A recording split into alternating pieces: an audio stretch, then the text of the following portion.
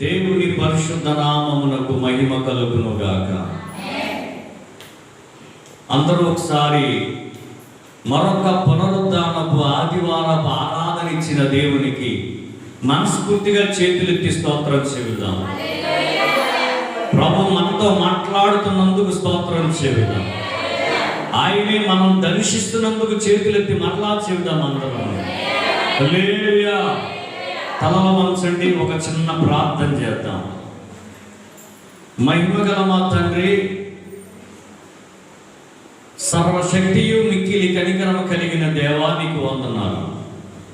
ఈ పూట ఈ పునరుద్ధానపు మొదటి ఆరాధనగా మేము ఈ స్థలంలో చేరి నిన్ను ఆరాధిస్తున్నాము. నీవు ఇచ్చినటువంటి సమయాన్ని బట్టి వందనాలు. కరుణించండి. పాట ద్వారా మహిమ పొందిన తండ్రి, ఈ సమయంలో నీ వాక్యం ద్వారా మాతో మాట్లాడాడు. నీ స్వరము వినాలనే ఆశతో ఈ స్థలానికి వచ్చాను. నీవే మమ్మల్ని దర్శించడానికి రండి. నీ వాక్య స్వరమును మాకు అనుగ్రహించి నీ మహిమ గల రాకడకై మమ్మల్ని సిద్ధపరచండి. ఎప్పటికీ మా ద్వారా నీవు మాత్రమే ఘనత పొందాలి, నీవు మాత్రమే హెచ్చించబడాలి. ఆ కృపను మాకు విస్తరింపచేయమని యేసయ్య నామములో మిక్కిలి వినయముగా వేడుకొనుచున్నాము. ఆమేన్. Praise the Lord. హల్లెలూయా. ప్రభువునందు మిక్కిలి ప్రియమైన సోదరి సోదరులారా, ఈ పునరుత్థాన దినమున మీ అందరికీ ప్రభు పేరట నా ప్రత్యేక వందనాలు ప్రతి వారికి తెలియపరుస్తున్నాను. దేవుని వాక్యాన్ని వింటున్న ప్రతి ఒక్కరికి కూడా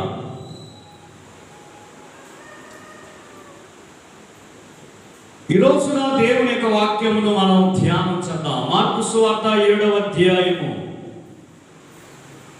21వ వచనము నుండి మనము ధ్యానం చేయగలిగితే, లోపల నుండి అనగా మనుషుని హృదయములో నుండి దురాలోచన, జారత్వము, దొంగతనము, నరహత్య,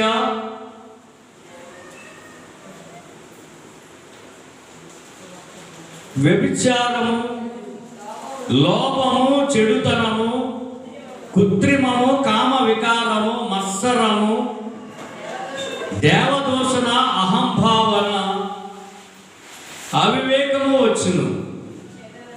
ఈ చెడవన్నీ లోపల నుండి బయలు వెళ్ళి మనుష్యుని అపవిత్రపరచును.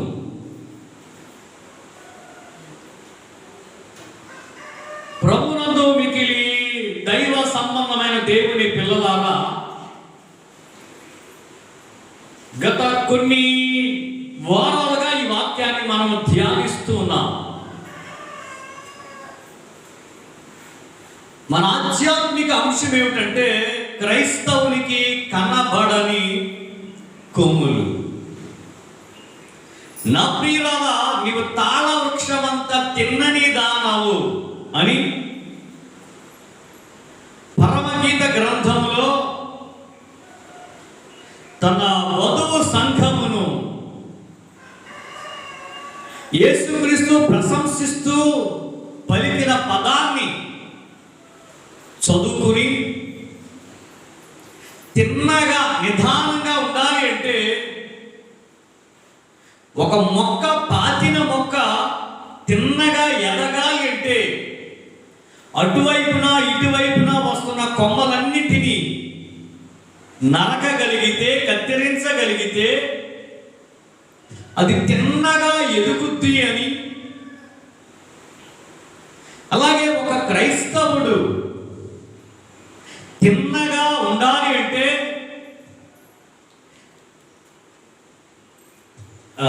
వస్తున్న ప్రతి కొమ్మను ఏ విధంగా అయితే మొక్కని నలుగుతున్నామో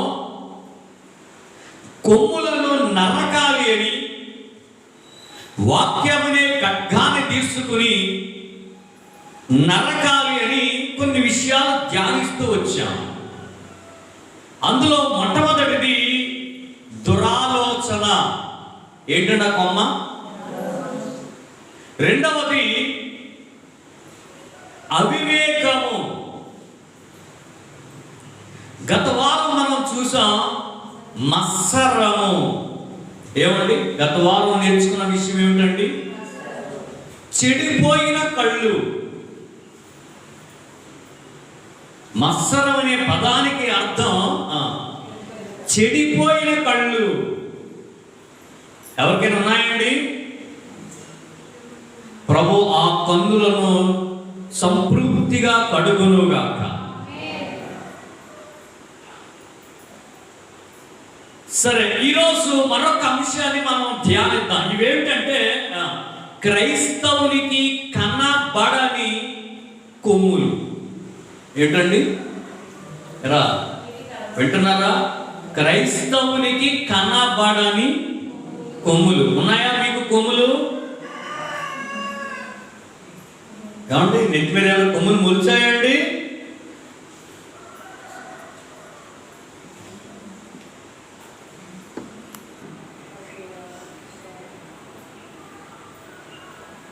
ఉన్నాయో లేవో పరీక్షించుకుంటాం. ఒకవేళ ఉంటే వాక్యం అనే ఖడ్గముతో నరికేద్దాం. మొలిస్తే అప్పుడే వాటిని తుంచేద్దాం. ఒక మొక్క బాగా ఎదగాలి అంటే, ఇప్పుడు చూడండి, మేము ఆ ప్రక్కన అరటితోట వేస్తానండి. అసలైనది ఎదగాలి అంటే ప్రక్కన వస్తున్న పిలకలన్నీ, ఏమండి, ప్రక్కన వస్తున్నవన్నీ కట్ చేయాలండి. అవి వెళ్ళి కట్ చేస్తుంటాడు అప్పుడప్పుడు. కొత్తగా పిల్లోడు కత్తిరించేశాడు కదా అని కోపంతో ఆగిపోతాయి అనుకుంటున్నారు అవి.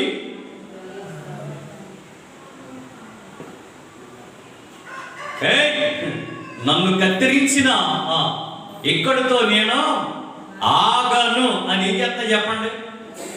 మరలా మరుసటి వారానికే ఓ జానుడు కనపడుతుంది. మా వచ్చినోడు చూసి, అంటే ఈ పిల్లకాన్ని కట్ చేసేయాలండి పాస్టర్ గారు అంటున్నారు నన్ను. ఏమండి అంటే దీని ద్వారా అసలైనది. ఈ రోజున నేను ఎందుకు ఈ మాటలు మీకు జ్ఞాపకం చేస్తున్నానంటే, ఈ క్రైస్తవ జీవితంలో కనబడని కొమ్ములు నాకు కనబడలేదు, నా దేవునికి మాత్రం కనిపిస్తున్నాయి.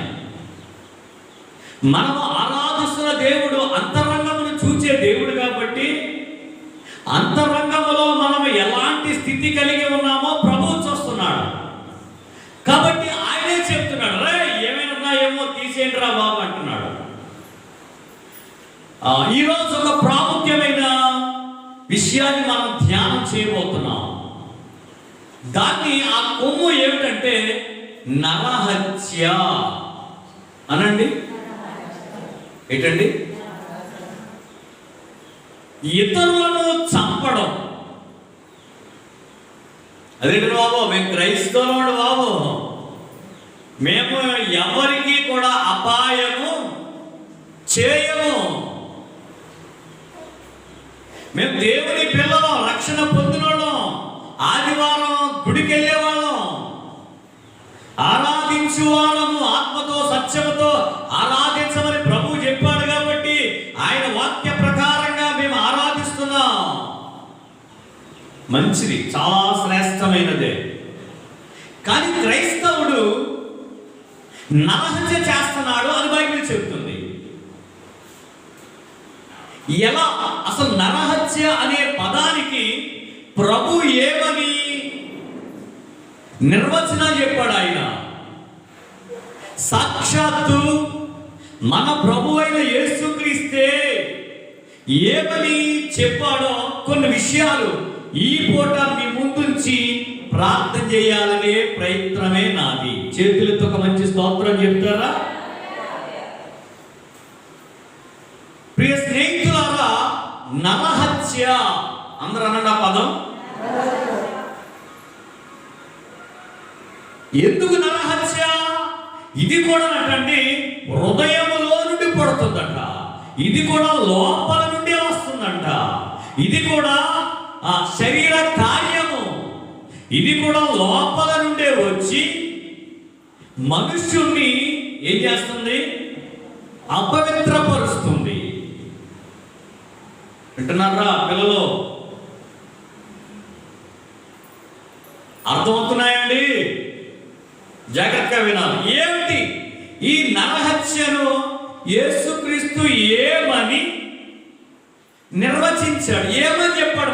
మనకు అర్థం అవడం కోసం ఏమని చెప్పాడో 2-3 మాటలు పరిశుద్ధ గ్రంథముల నుండి ఈరోజు మనం ధ్యానించి ముందుకు వెళ్దాం. బైబిల్ తెరవండి. ఒక చారిత్రాత్మకమైనటువంటి ప్రసంగాన్ని యేసయ్య చేశాడు. ప్రపంచంలో ఆ దైవ సందేశం అనేకులలో పెనుమార్పులు తెచ్చింది. యేసయ్య చేసిన ఒక అద్భుతమైనటువంటి ప్రసంగం ప్రపంచంలో ఉన్న మహాత్ములను, మేధావులను ప్రభావితం చేసినటువంటి ఒక అద్భుతమైనటువంటి దైవ సందేశాన్ని యేసయ్య తెలియపరిచారు. ఆయన కొండ మీద కూర్చున్నప్పుడు జనులు ఆయన దగ్గరికి వస్తే ఆయన నోరు తెరిచి అనేక విషయాలు చెప్పాడు. ఆయన హృదయ శుద్ధి గలవారు ధన్యులు, దేవుని చూస్తారు. సాత్వికులు ధన్యులు, భూలోకాన్ని స్వతంత్రించుకుంటారు. దుఃఖపడువారు ధన్యులు, ఓదార్చబడతారు. కనికరము గలవారు ధన్యులు, వారు కనికరించబడతారు. సమాధానపరచువారు ధన్యులు, వారు దేవుని. ఇలా చారిత్రాత్మకమైనటువంటి ఒక అద్భుతమైన ప్రసంగం మహామహులను సైతము ప్రభావితము చేసింది. చేతులెత్తి స్తోత్రం చెబుదాం. మన జాతి పిత మహాత్మా గాంధీ గారిని కూడా ప్రభావితం చేసినటువంటి వాక్యం ఏమిటంటే, సాత్వికులు ధన్యులు, వారు భూలోకమును స్వతంత్రించుకుందురు. ఆ ఒక్క మాటతో అహింస అహింస అని సాత్వికమైనటువంటి జీవితంతో ఏమండి మనకి మహాత్ముడయ్యాడు. ఆయన అంటే ఆయనను ప్రభావితం చేసినటువంటి వాక్యాన్ని ప్రబోధించినటువంటి మొట్టమొదటి గురువు, మొట్టమొదటి బోధకుడు మనం ఆరాధిస్తున్న యేసయ్య. చేతులు దానికి స్తోత్రం చెప్పకూడదు. ఆయన కొండ మీద చేసిన ప్రసంగంలో నరహత్యను నిర్వచించారు. ఏమన్నారో చదువుదామండి. మత్తయి సువార్త 5వ అధ్యాయము 21వ వచనాన్ని చదువుదామండి. మత్తయి సువార్త 5వ అధ్యాయము 21వ వచనం. నరహత్య చేయొద్దని, నరహత్య చేసేవాడు విమర్శకు లోనవుతాడు, దేవుని న్యాయ తీర్పుకు లోనవుతాడని పూర్వీకులతో చెప్పబడిన మాట మీరు విన్నారు కదా. యేసయ్య నేను మీతో ఏం చెప్తున్నానో తెలుసా?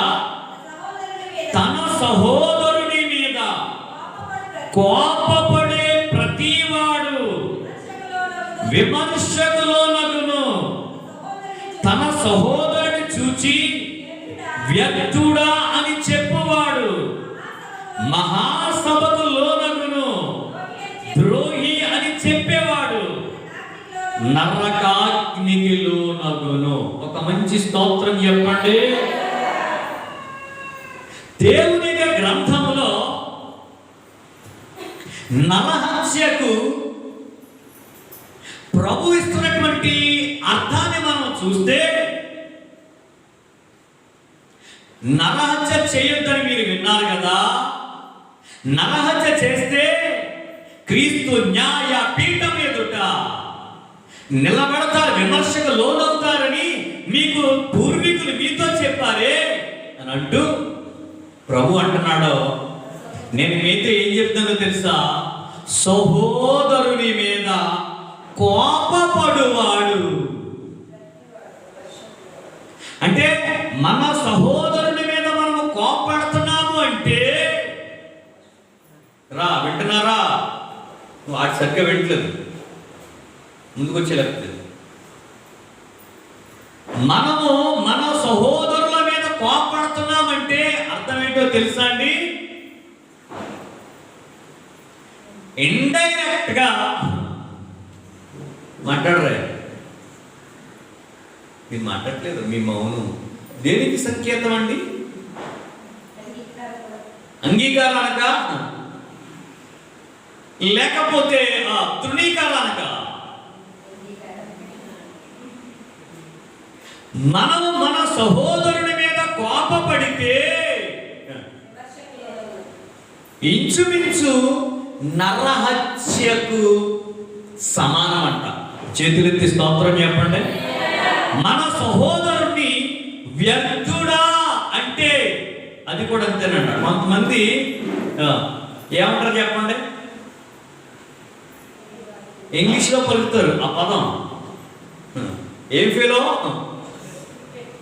స్టూపిడా, వేస్టా, కొంతమంది యూజ్లెస్ ఫీలో. ఎందుకు ఉపయోగపడడాన్ని అంటే యూజ్లెస్ ఫీలో నీ వల్ల వ్యర్థుడా. మూడవది ద్రోహి.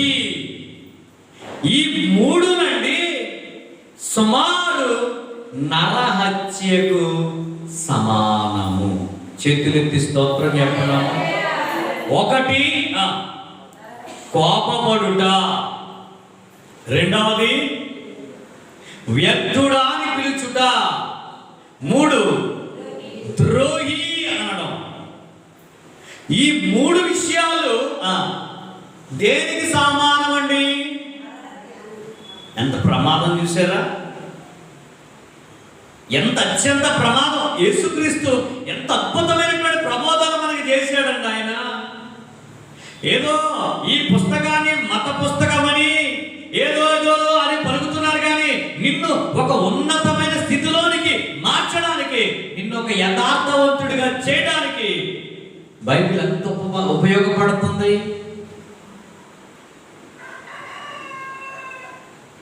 స్నేహితులారా గమనించాలి మీరు. నీ సహోదరుని మీద కోపపడితే,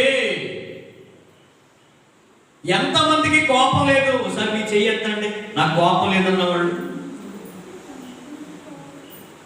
ఎరా మీ ఇద్దరు ఎత్తండి. ఉందా మీకు? ఉందా కోపం? ఉందా?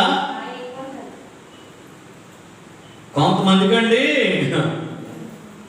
ముక్కు మీద ఉండదంట. ఏది? ఆడు ఎదురుకుంటే ఇంకొకటి ముక్కు కోసుకోకూడదండి.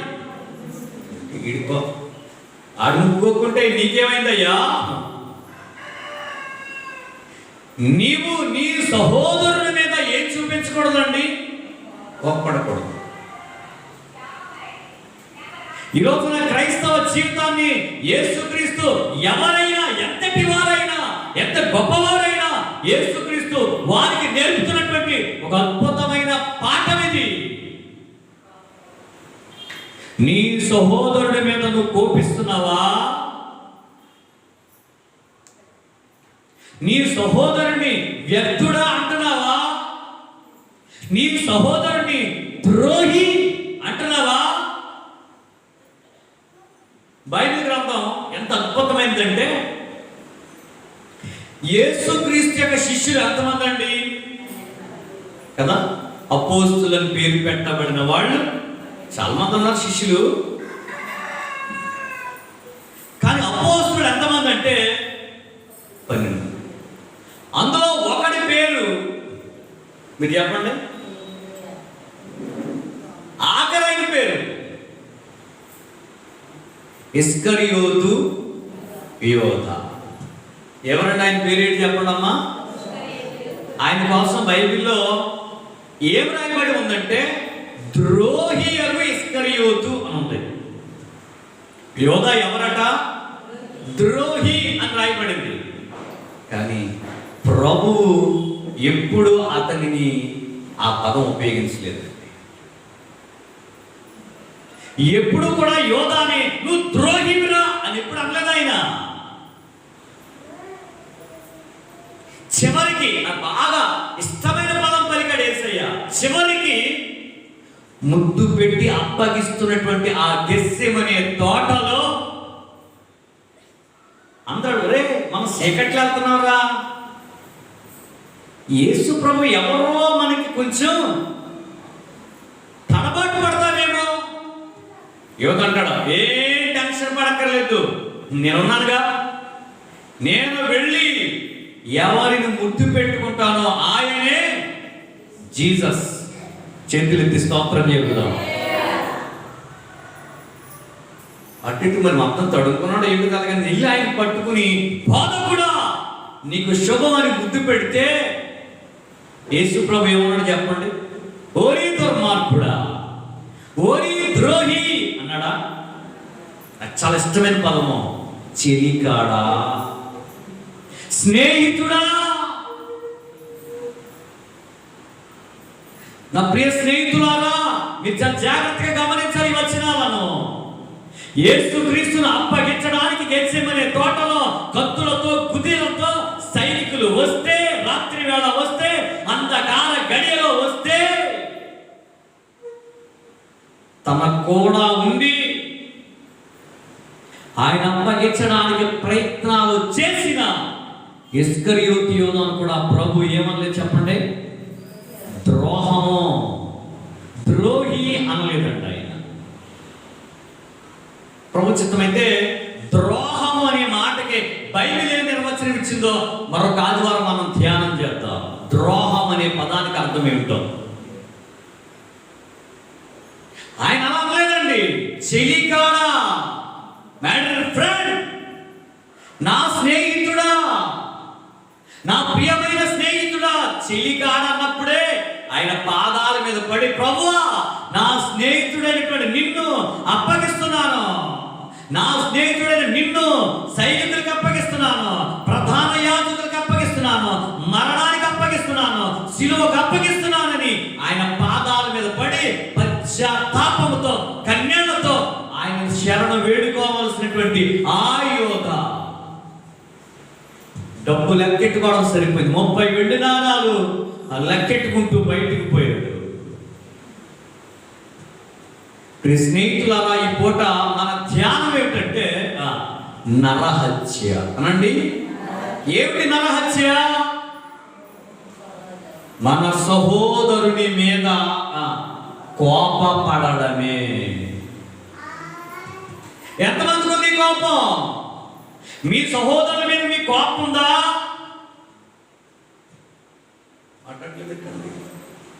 ఎవరు మాట్లాడలేదు, ఉన్నట్టుంది.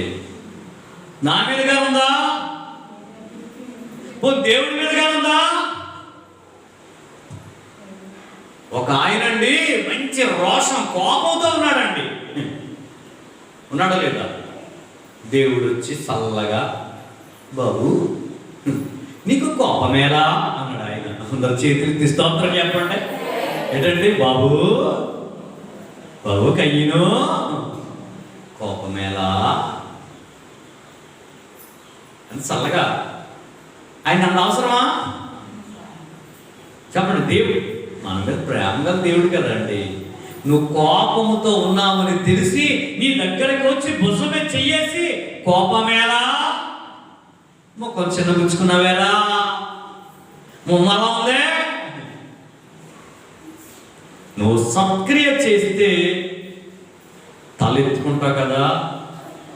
తల దించుకోవడం కారణం సత్క్రియ చేయలేదు. సత్క్రియ చేయకపోయినా ఏముంది పెద్ద ఆయనకి? అదే లక్షణాలు, కయ్యను యొక్క లక్షణాలు, దుష్ట లక్షణములు, దుష్ట సంబంధమైన కయ్యను యొక్క దుష్ట లక్షణాలు ఈ రోజున క్రైస్తవులు చాలా మందిలో కనబడుతున్నాయి. ప్రభు వాటిని కోకటి వేళ్లతో పెకలించునుగాక. గట్టిగా చెప్పకూడదండి.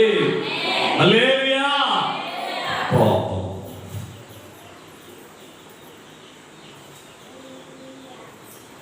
మన సహోదరుల మీద మనకి ఏమనకూడదండి. తర్వాత మన సహోదరుడిని మనం ఏమనకూడదు, వ్యర్థుడా అని పిలవకూడదు. మూడవది, మన సహోదరుడిని మనం ఏమనకూడదు, ద్రోహి అనకూడదు. ఈ 3 పదాలు మనం పలుకుతున్నామంటే మనం ఎవరం? నరహంతకులము. ఇవోయ్ ఎంత ప్రమాదం అండి. నువ్వు కోడిని చంపలేదు, కుక్కని చంపలేదు, నువ్వు మేకని గొర్రె వీటి కాదండి, నువ్వు మనుషులనే చంపేస్తున్నావు. ఎంత అత్యంత ప్రమాదకరమైనదంటే నువ్వు క్రీస్తు న్యాయపీఠం ఎదుట నిలబడడానికి పూర్తి అర్హత నీకుంది. దేనివల్ల? కోపపడుట వలన. రా అభి, వింటున్నారా అభి? ఇక్కడ 2 అబ్బీలు ఉన్నారు. ఏం చేయకూడదు? ఏమో మనకి ఎంత కోపమో. పక్కోని పొగిడితే కోపం ఏంటండి? అనుకోవడమే. నన్నెందుకు పొగడకూడదు? అరే నువ్వు పొగడుకోవడానికి లెక్క నీవు ఇతరుల చేత పొగిడించబడడానికి ఒక సాహస కార్యము చేస్తే గౌనుల యొక్క నిన్ను పొగుడుతారు. నువ్వేమో అసమర్థుల్లాగా, నువ్వేమో దద్దమలాగా కిటికీలోంచి చూస్తూ అరే వామ్మో శత్రువు చూడు ఎంత పెద్దడో, అటు ఆయుధాలేటో, వాడు ఎంత బలవంతుడో అని తలుపేసుకుని వాడిని చంపితే నా కూతురిచ్చి పెళ్లి చేస్తాను, వాడిని చంపితే రాజ్యాన్ని సగమిస్తాననేమో మాట్లాడి శత్రువుని కిటికీలోంచి చూస్తున్నాడు. శత్రువుని కిటికీలోంచి కాదండి, ఎదురుగా చూచి శత్రువు యొక్క పీచమున అణచి జయశాలిగా తిరిగి వస్తున్నాడు ఒక ఆయన. చేతులెత్తి స్తోత్రం చెబుతాం. అందరు చెప్పాలి హల్లెలూయా. శత్రువుని కిటికీలోంచి చూసినాడేమో మహారాజు, శత్రువుని ముఖాముఖిగా చూసినాడు గొర్రెల కాపరి. మీకు అర్థమవుతుందండి? శత్రువుని కిటికీలోంచి చూసినాడు ఎవరండి? మహారాజు సౌలు రాజు గారు. చూడరావు అంటాడు. ఒరే ఆప్తరా నువ్వు అంటాడు ఈయన. నువ్వు కుక్కరా, ఈ రోజున నా దేవుని పేరు పెట్టడానికి వస్తున్నాను, నీ తలను తెగేస్తాను, నీ మాంసాన్ని ముక్కలు ముక్కలుగా చేస్తాను, ఆకాశ పక్షులకి రాంబందులకి ఎగరేస్తాను అంటున్నాడు. ఈయనంటాడు అయ్య బాబోయ్ నీ బలం సరిపోదు, నువ్వు చిన్నపిల్లవాడు, వాడు చిన్నప్పటి నుంచి నీ కూడా ఉన్నవాడిని మెచ్చుకోవడానికి నీకు మనసు లేదు, నీ కూడా ఉన్నవాడికి సపోర్ట్ చేయడానికి మనసు లేదు, పరపక్షం వాడిని మెచ్చుకుంటున్నావు. ఇది ఎంతవరకు న్యాయం అండి? మాట్లాడరు. భారతీయులు మనం, భారతదేశ పౌరులు మనం, మన భారతదేశం ఓడిపోతుంటే బాధపడాలి, గెలిస్తే చప్పట్లు కొట్టాలి, సంతోషంగా ఉండాలి. అంతేగాని పాకిస్తాన్ గెలిచింది అన్నాం అనుకోండి, మనం దేశానికి ఏం చేసినట్టు? ద్రోహం చేసినట్టు కాదా? కొంతమంది చూడండి మనలోనే ఉంటారు, మనతోనే ఉంటారు, మన దేశం యొక్క గుట్టు అవతలోడికి చెప్తారు. చాలామంది ఉన్నారు అలాగా. మీరు కూడా అలా ఉంటారు. కొంతమంది మాతోటి ఉంటారు, మాతోటే తిరుగుతారు, మాతోటే పేదం చేసుకుంటారు. కానీ మన అంతా అట్టుకెళ్ళి ఎలా ఆదివారమే అంటారు. ఆవిడతో సౌలు యొక్క లక్షణం అండిది కోపం. మన సహోదరుడి మీద ఏం చేయకూడదు చెప్పండి. చదవండి మొదటి సమూయేలు గ్రంథం. తొందరగా 2-3 మాటలు చదివేస్తే ప్రార్థన చేసేద్దామండి. మొదటి సమూయేలు గ్రంథం 18వ అధ్యాయము 8వ వచనం అండి. మొదటి సమూయేలు 18:8. సౌలు వేల కొలది, దావీదు 10,000 కొలది శత్రువులను జయించారన్న మాటలు సౌలుకి ఇంపుగా ఉండనందున బహు కోపము తెచ్చుకొని, సౌలు గారికి ఇప్పుడు ఏమొచ్చిందండి?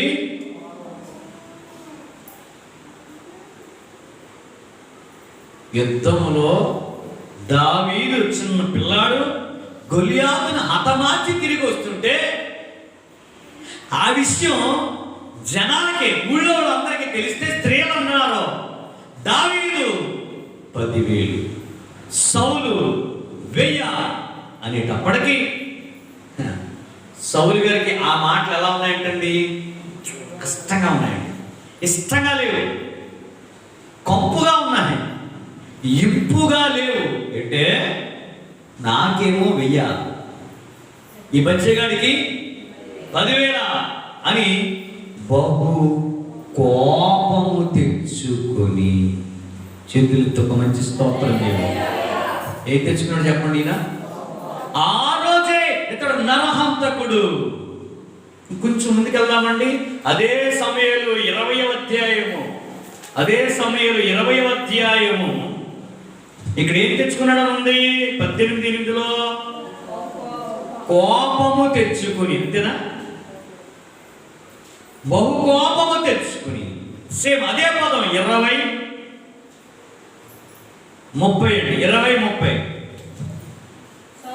సౌలు యోనాతాను మీద బహుగా కోపపడి, చూడండి ఇదంత గొప్పడు. యోనాతాను తన సొంత కుమారుడండి, దావీదుకు ప్రాణ స్నేహితుడు. దావీదు మీద పగబట్టాడు సౌలు, విషపు చూపు నిలిపాడు, బహు కోపంతో మండిపడుతున్నాడు. దావీదు ఎక్కడ కనబడినా చంపేయండిరా అని ఆజ్ఞ జారీ చేశాడు. ఆ టైంలో యోనాతాను తండ్రితో అంటున్నాడు, ఏం చేశాడు? ప్రాణానికి తెగించి గొలియాతును చంపినప్పుడు గొప్ప రక్షణ కలగలేదా? ఏ తప్పు చేశాడు? ఏ న్యాయం చేశాడు అని అన్నందుకు యోనాతాను మీద ఏం చేస్తాను చెప్పండి? దావీదు యొక్క స్నేహితుడైన యోనాతాను మీద తండ్రి అయిన సౌలు బహుగా కోపం, ఆగడ కొట్టు దాని కొడుక. చాలా భయంకరమైన పదాలు తిట్టేశాడండి. చాలు కాబట్టి బహుగా కోపడుతున్నాడు. కయీను, నేను ఎక్కువ మంది చెప్పండి, చాలా మంది బైబిల్లో ఉన్నారు, వీళ్ళందరూ నరహంతకులే. ఈరోజు చాలా మంది క్రైస్తవ జీవితంలో ప్రతి విశ్వాసికి ఒక హెచ్చరిక. నువ్వు ఎవరి మీద కోపడుతున్నావు? నీ సహోదరుడి మీద నువ్వు కోపిస్తే నువ్వెవరు బట్ట? నరహంతకుడవే. అంటే కోపం అనే కొమ్ము అనండి. ఉందా కదా? ఉందండి. అరే బాబు, ఉందా? కోపం అనే కొమ్ము. వినండి పెద్ద మీరేమి తెగ తిరగలేదు. ఏమంటే ఏ కొమ్ము చెప్పండి? అయ్యో బాబోయ్, ఎంతమందికి కొమ్ము? కాస్తంత పాస్టర్ గారు చిన్న ఏమంటే చెయ్యేసి ప్రార్థన చేయకపోతే కోపం, కొబ్బునూరికి ప్రార్థన చేయకపోతే కోపం. వీళ్ళు ఎప్పుడు అర్ధరాత్రి 1 గంటకి ఎప్పుడో ఫోన్ చేస్తారు, వీళ్ళకి ఏదో బలహీనత వస్తే తీయలేదంట కోపం.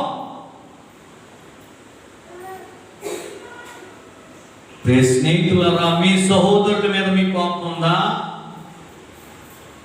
పంచదార ఇవ్వలేదని, బెల్లమే ఇచ్చింది, పంచదార ఇవ్వలేదు. ఏదో కూడా ఏది ఇచ్చింది కదా. ఏమంటే బెల్లంలో ఉన్న లక్షణమే పంచదారలో ఉంది, కాకపోతే కొంచెం తొందరగా కరగదంతే. అంతేనండి. అందులో తీపి, ఇందులో తీపే. నేను పంచదార అడిగితే ఏమిటిందా మనిషి? లెక్క బెల్లం పెట్టడం దొరుకుతుందండి నీకు. ఏదో వట్టి అన్నం తింటున్నామని చారేస్తేనట నెయ్యి అయినదని దెబ్బలాడిందంటే పెద్ద మనిషి. అమ్మ అర్థమైందండి? చారులో ఎవరు నెయ్యి వేసుకుంటారా? ఏమ్మా ఎవరు మాట్లాడలేదండి? పప్పులు వేసుకుంటారా కానీ చారులు వేసుకుంటారా? వట్టు కూడా తింటుందని పాపం ఏదో దయ తెలిసి చారేస్తే ఏమి దెబ్బలాడిందంటే ఈ అమ్మ, అరే బాబాయ్ అమ్మాయి ఆ చారు నెయ్యితోనే తాలింపు పెట్టానంటుందంట ఆయమ్మ. అదేమి కుదరదు, నాకు ఏమీ లేదు, నువ్వు అసలు నీకు చారు ఏంటిమే దండగా. మీరు ఇంగ్లీష్ మరి బాగా ఇంగ్లీష్ నేర్చుకున్నారు, ఇంగ్లీష్ పలుకుతున్నారు, నేను తెలుగు మరి ఏమిటండి కోపాలు? జాగ్రత్త సుమా, బైబిల్ చెప్తున్నటువంటి అద్భుతమైనటువంటి పదం ఏమిటాయా అంటే, ఈరోజు దేవుని వాక్యం నుంచి మనం ధ్యానం చేస్తున్నాం. నువ్వు కోపడితే బైబిల్ ఏం చెప్పిందో తెలుసండి, వినుటకు వేగిరపడు, మాట్లాడడానికి కోపించడానికి నిదానించు. ఎందుకో తెలుసా? చదవండి, ఎందుకో తెలుసా ఆ పదం? మాట్లాడడానికి కోపించడానికి నిదానించు, వినడానికి వేగిరపడు. ఎందుకనగా ఎవరికి ఇంకెవరికి దొరకలేదండి. ఎందుకనగా నరుని కోపం దేవుని నీతిని నెరవేర్చదు. అందరూ చేతులెత్తి స్తోత్రం చెప్పండి, చెప్పాలి, అందరు చేతులెత్తి చెప్పాలండి. నరుని కోపం. యాకోబు పత్రిక 1వ అధ్యాయము ఎంతండి వచనం? 19:20 యాకోబు పత్రిక 1వ అధ్యాయము 19. మీ పెద్దగా ఇబ్బంది పడక్కర్లేదండి, యూట్యూబ్లో ఉంటుంది, మీరు జాగ్రత్త హాయిగా వినొచ్చు. ఇక్కడ కూడా హాయిగా వినండి, సరిపోతుంది. నరుని కోపం దేవుని నీతిని నెరవేర్చు. బైబిల్లో ఇంకొక ఆయన ఉన్నాడండి, ఆయన పేరు చెప్తాను వినండి. ఆహాబు. ఏం పేరండి ఆయన పేరు అనండి? ఆహాబు. ఆహాబు అంటే పెద్ద నాన్న, పెద్ద తండ్రి. ఆహాబు గారికి పెద్ద కోపం వచ్చేసిందండి.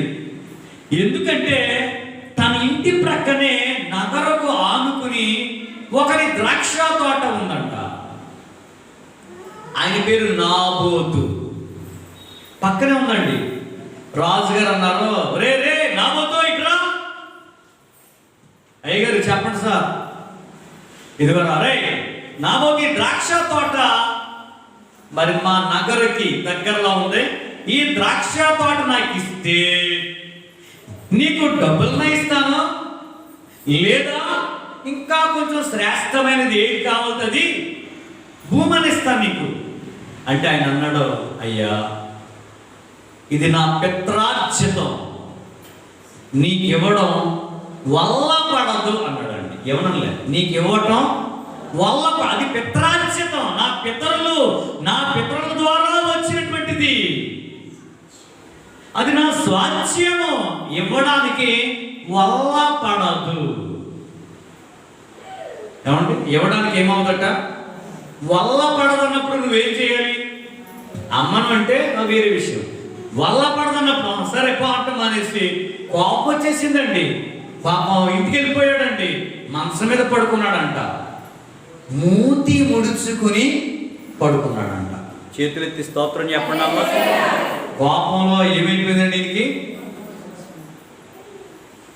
సర్వేంద్రియాలు ముడిచిపోతే బాగుండేమో. ఆ వచనాలు చదువుతుంటే నాకు అంత కోపం వచ్చినాడు కదా. సర్వేంద్రియాలు అన్నీ ముడుచుకుపోతే బాగుండేమో. ఈయన ఏం చేశాడు చెప్పండి? మూతి ముడుచుకుని. ఈ లోపల ఆవిడ వచ్చింది, మేడం గారు వచ్చారు. ఏమండే రాజు? ఏమైనా బాబు ఎంత పుష్పంటున్నా? కూలి చేసి ఆఖరికి మాట్లాడితే ఏమి లేదు, వాడు ఎవడో రైతు, చెప్పండి పల్లెటూరు వాడు, ఆ రైతుని పిలిచాను, ద్రాక్ష తోట ఇమ్మన్నాను, వాడు ఇవ్వటం కుదరదు అన్నాడు. ఓరి దానికోసమే ఇంత కోపంతో కుడుమానేసి మంచం ఎక్కేసి మూతి ముడుచుకుని పడుకుంటావా? నువ్వు రాజు కాదా? రాజ్యం నీ చేతిలో లేదా? నేనే ఇప్పిస్తానంది. ఈయనప్పుడు లేచి కూర్చున్నాడండి. అందరు చేతులు ఎత్తి స్తోత్రం చెప్పండి. నేనే ఇప్పిస్తాను అనగానే మనసు మీద ఏం చేయాలి చెప్పండి. టక్కనే అంతే ఒక ఐక్యమే సంతకం పెట్టనుంది. ఈయన సంతకం పెట్టాడు. ఏం లేదండి, ఆ ఊరోళ్ళకి కొబ్బరి వెళ్ళింది. ఆ నాబోతు అనేవాడికి పంచాయతీ పెట్టండి, ఊరవతలు తీసుకెళ్ళండి. దేవుడిని రాజుగారిని దూషించాడని 2 అబద్ధ సాక్షులను పెట్టండి, రాళ్ళతో కొట్టి చంపండి. ఇది రాజాజ్ఞ. ఇది రాణిగారి ఆజ్ఞ కాదండి. ఎవరాజ్ఞ? రాజాజ్ఞ. ఊరో పెద్ద మనుషులకి అందింది ఉత్తరం.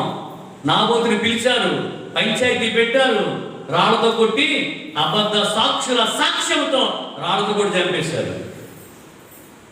దేవుడు చూడండి, మాట్లాడరండి, మాట్లాడలేదు. చూపు ఇచ్చినవాడు, కన్నులు ఇచ్చినవాడు కనకుండునా? మాట్లాడలేదండి. చూచుచున్న దేవుడు ఆయన. అందరూ చేతులు ఎత్తి స్తోత్రం చెప్పండి. ఒక ఆమె పేరెట్టి దానికి ఏమని? నీవు నన్ను ఏం చేశావు?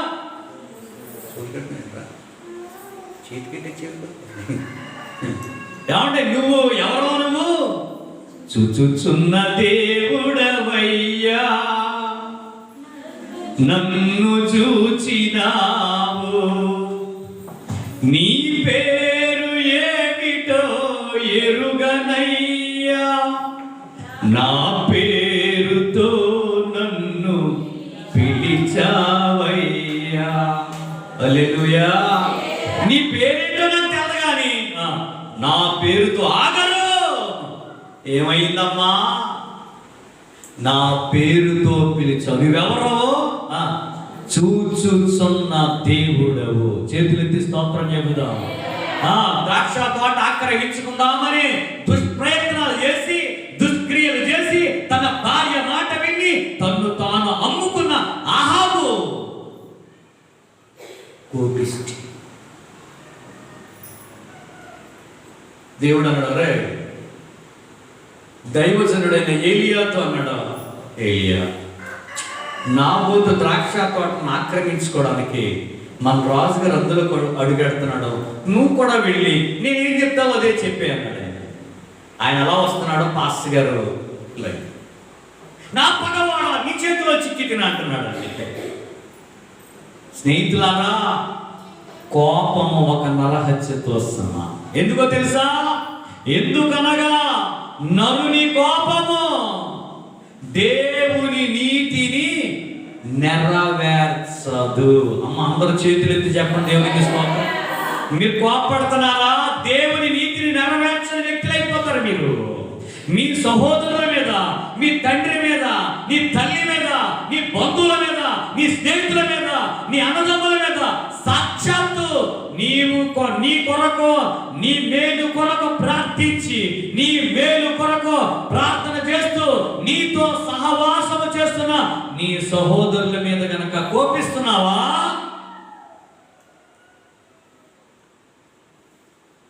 జాగ్రత్త సుమా. కోపములోనే అపవాది మనలో ప్రవేశిస్తున్నాడు.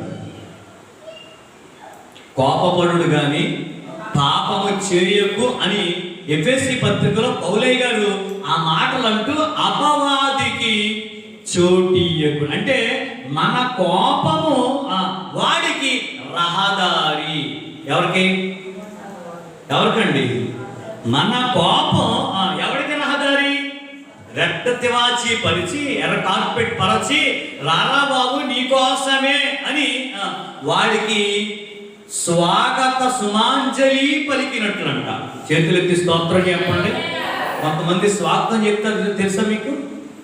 కాబట్టి ఫ్లెక్సీలు ఉంటే అక్కడక్కడ ఫ్లెక్సీలు పెడతారు. మన ఎమ్మెల్యే గారికి స్వాగతం, సుస్వాగతం. మందిర ఆహ్వానం, మందిర ప్రతిష్ట కార్యక్రమానికి వస్తున్న దైవజనులకు ఆహ్వానం అని పెడతారే, అలాగా మన కోపం అపవాదికి ఏంటి చెప్పండి? రాజమార్గం. చక్కగా వాడు ఏం చేస్తాడు చెప్పండి? షూటు బూట్ వేసుకుని టీవీగా నడుచుకుంటూ వస్తాడు నీ దగ్గరికి. ఇంకా వస్తే కప్ప మామూలుగా ఉండదు, వాడు వస్తే కోట ఇంకోలా ఉంటుంది. చేతులెత్తి స్తోత్రం చెబుతాం. అందుకే ఈ రోజున ఒక ప్రాముఖ్యమైన విషయం, నరహత్యనే కొమ్ము. ఆ నరహత్యనే కొమ్ములో మొట్టమొదటి మాట ఏంటి చెప్పండి? రెండవది, నీ సహోదరుడు ఇప్పుడు కూడా ఏమనొద్దు, వ్యర్థుడా. మూడవది, నీ సహోదరుని ద్రోహి. వాడిని నిజంగా ద్రోహమే చేశాడు, కానీ నువ్వేమనుకూడదండి ఉండగలం అలాగా? ఇది ఎంత ద్రోహం చేశాడో, ఇది ఎంత ద్రోహం చేసిందో ఏమండి అనుకుంటూ ఉండగలమా? యేసయ్య అనలేదు. చేతులెత్తి స్తోత్రం చేయాలి. ఏమంటే మనం ఎందుకండి అంటాం? ఒకవేళ ఈ 3 పదాలు మనము పలికితే మనం ఎవరమంట? యేసు రక్తమే చేయి. మనము నరహంతకులనే. ఈ నరహత్యనే కొమ్ము మొలిచిందేమో. దాంట్లో కోపము ప్రధానంగా నేను జ్ఞాపకం చేస్తున్నాను. ఈ రోజున చాలా మంది క్రైస్తవులకి ఏముందండి చెప్పరా? చాలా మంది యవనస్తులకి, చాలా మంది ముసలోళ్ళకి కూడా లేకపోయినా చెప్పరండి పిల్లలు, లేవలేకపోయినా ఏమి ఎక్కువండి? కరెక్ట్రా అంటాడంట. నడుస్తాడేమో కరెక్ట్ కరెక్ట్ కొడతాడండి. కర్రలట్రా అన్నాడంట. పాపం ముసలమ్మ ఓన్లే లేస్తాడేమో, 2 అడుగులు వేస్తాడేమో, ఓన్లే లేస్తాడేమో అనుకుని కర్రెత్తే ఆ కర్రెచ్చి ఏం చేస్తాడంటండి? లేకలేకపోయినా లెక్కలు ఎక్కువ ఉన్నారు, అందుకే ఊరికే లేదండి. ఎంత వచ్చేటా ఏంటండి? ఈ లెక్కలేనుడికి ఉల్లిపాయలకి ఎంత అయింది, ఖర్చు అవసరమా? ఏదో పెడుతున్నారో హాయిగా యేసు రక్తమే చేయి, ఈ పూటకి ఇచ్చో స్తోత్రం అంటే మనేసి ఎంత రేటు ఉల్లిపాయలు?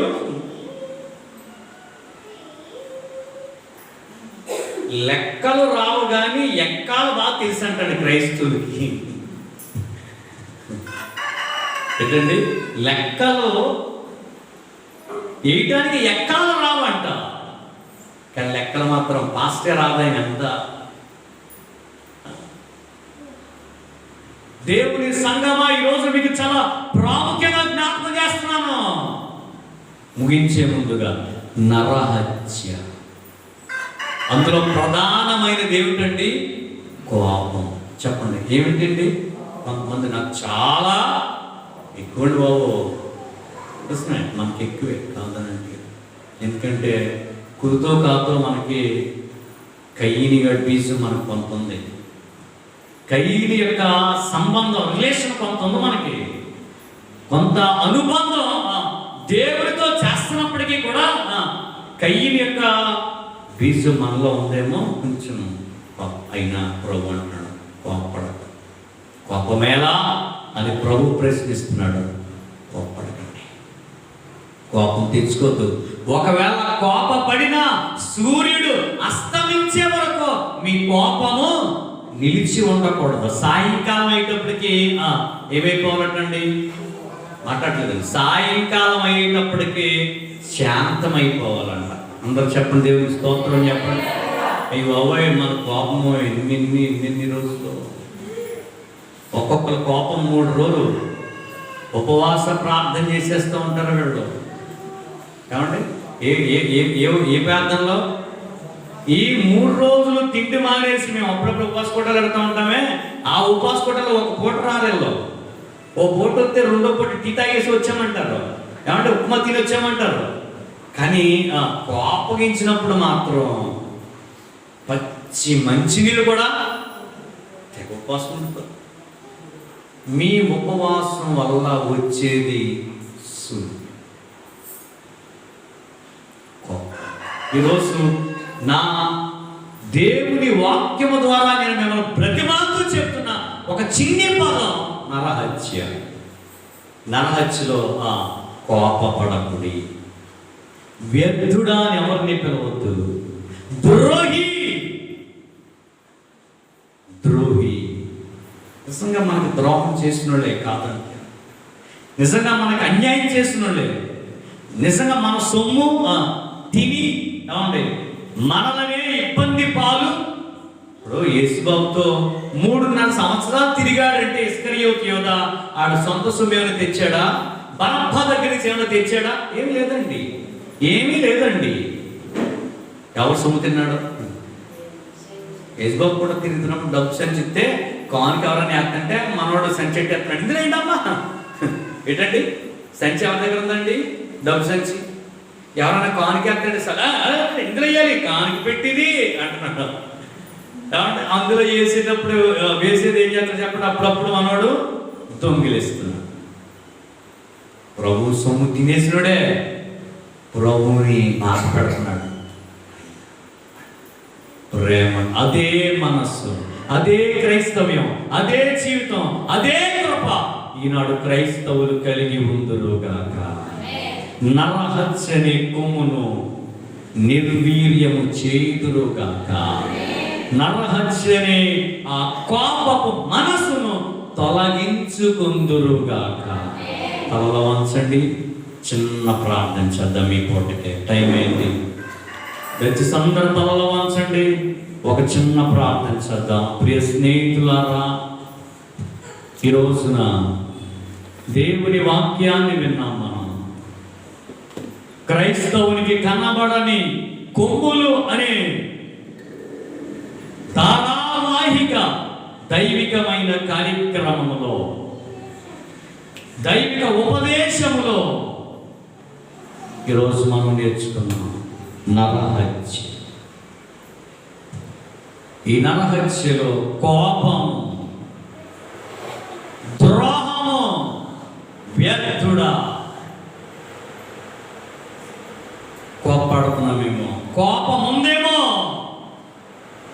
కోపపడు కానీ పాపం చేయకు అంటే సూర్యుడు అస్తమించే అంతవరకు కూడా నీ కోపము నీలో ఉండకూడదు. సాయంకాలం అయ్యేటప్పటికే నువ్వు కోపాన్ని విడిచిపెట్టాలి. అంత మాత్రమే కాదు, ఒకవేళ నువ్వు కోపడుతున్నావా, దేవుని నీతిని నెరవేర్చవు, మర్చిపోకు. నరుని కోపం దేవుని నీతిని నెరవేర్చదు. ఆహాబు కోపం, కయీను కోపం, సౌలు కోపం దేవుని నీతిని ఏమైనా నెరవేర్చిందా? దేవుని కృపకు దూరమైపోలేదా వారు? దైవ సంబంధమైన కృపకు వారు దూరమై నిత్యత్వం నుండి దూరమైపోయారు. అయ్యో, తన్ను తాను అమ్ముకున్న ఆహాబు లాంటి వాడు ఎవడు లేడనే అప్రతిష్టను మూట కట్టుకున్నాడు. పితరులో ఇతని వంటి వాడు ఇంకొకడు లేడనే అభాస్పాలైపోయాడు. నువ్వు అలా ఉండద్దు. దైవిక కృపలో సాగిపోదాం. కనబడని కొమ్మైన నరహత్యను నిరాకరించడానికి, నిర్వీర్యం చేయడానికి, నరకడానికి వాక్యమునే ఖడ్గముతో ముందుకు సాగిపోదాం. తలలో వంచండి, చిన్న ప్రార్థన చేద్దాం. ప్రేమగల తండ్రి, ఈ ఉదయకాల సమయంలో తొలి ఆరాధనలో క్రైస్తవునికి కనబడని కొమ్ములు అనే ఈ దైవిక వాక్య ధ్యానములో మాకు నేర్పిన నరహత్య అనే ఈ చిన్ని వాక్యముకే నీకు వందనాలు. కోపపడొద్దని, ఒకవేళ కోపపడితే పాపము చేయొద్దని, ఆ కోపము సూర్యుడు అస్తమించే వరకు ఉండకూడదని, అలా ఉంటే అపవాదికి అవకాశం ఉంటుందని, అలా అయితే దైవ నీతిని నెరవేర్చమని ద్రోహి అని కానీ వ్యర్థుడాని కానీ అన్నట్టున్నాయి. మా సహోదరులను, ఇరుగు పొరుగు వారిని, శత్రువులను కూడా ప్రేమించి ఆధ్యాత్మిక మంచి మనసు మాలో పునరుద్ధరణ చేయమని ఈ వాక్యం విన్న ప్రతి ఒక్కరిని అలా నడిపించమని, మిగిలిన కార్యక్రమంలో నీ కృప మాకిచ్చి బలపరచమని సమస్తమును నీ చేతులకు అప్పగిస్తూ ఈ మాటలు అందరికీ ఆమోదయోగ్యంగా ప్రయోజనకరంగా నీవే ఉంచి సహాయము చేయమని మమ్మల్ని ఎంతగానో ప్రేమించి మా కొరకు వాక్యమైన నజరేయుడైన యేసుక్రీస్తు పరిశుద్ధ ఘనమైన నామములో ప్రార్థించి మనవి చేయుచున్నాము. ఆమేన్. ప్రభువైన యేసుక్రీస్తు కృప సదా మనందరికీ తోడుగా ఉండునుగాక. Praise the Lord. హల్లెలూయా.